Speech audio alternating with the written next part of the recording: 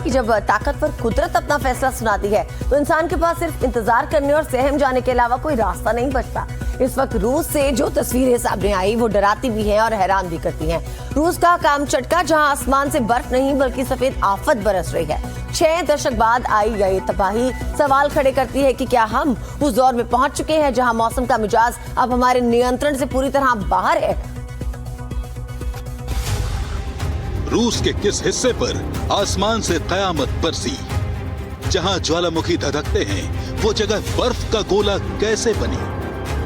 150 feet के ice bomb ने एक शहर का खून जमा दिया। सड़कें गायब, 150 फीट ऊंची इमारतें लापता, 25 फीट नीचे ट्रैफिक सिग्नल गायब। बर्फ इतनी कि ढूंढने से घर मिले न कार, न रास्ते, न 150 फीट ऊंचा पुल। कयामत का ये ट्रेलर रूस के कामचटका शहर से रिलीज हुआ है। कयामत नहीं तो और क्या कहेंगे आप इसे। मंजर देखिए, सड़क के अगल बगल 150 फीट ऊंचे बर्फ के पहाड़ बन चुके हैं।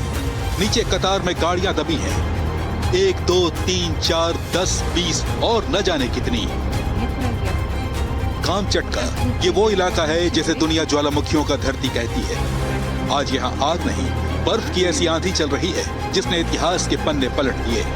150 साल में सबसे ज्यादा बर्फबारी हुई, रिकॉर्ड टूटे तो शहर की सूरत बदल गई। यहाँ कभी चहल पहल हुआ करती थी, लोग बिल्डिंगों की बालकनी में बैठा करते थे, लेकिन बर्फ इतनी गिरी कि ये कई फीट ऊंची बिल्डिंग बर्फ में दब हो गई। हालात कितने भयंकर हैं ये महिला दुनिया को बता रही है।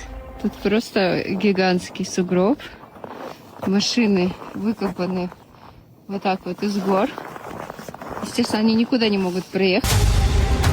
कहीं कहीं तो 150 फीट से भी ज्यादा बर्फबारी हुई, जहां 2 या 5 मंजिला इमारतें पूरी तरह गुम हो गई।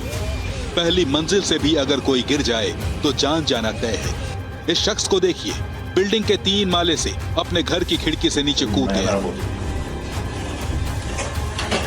क्योंकि बर्फ बालकनी के बेहद करीब तक पहुंच चुकी है।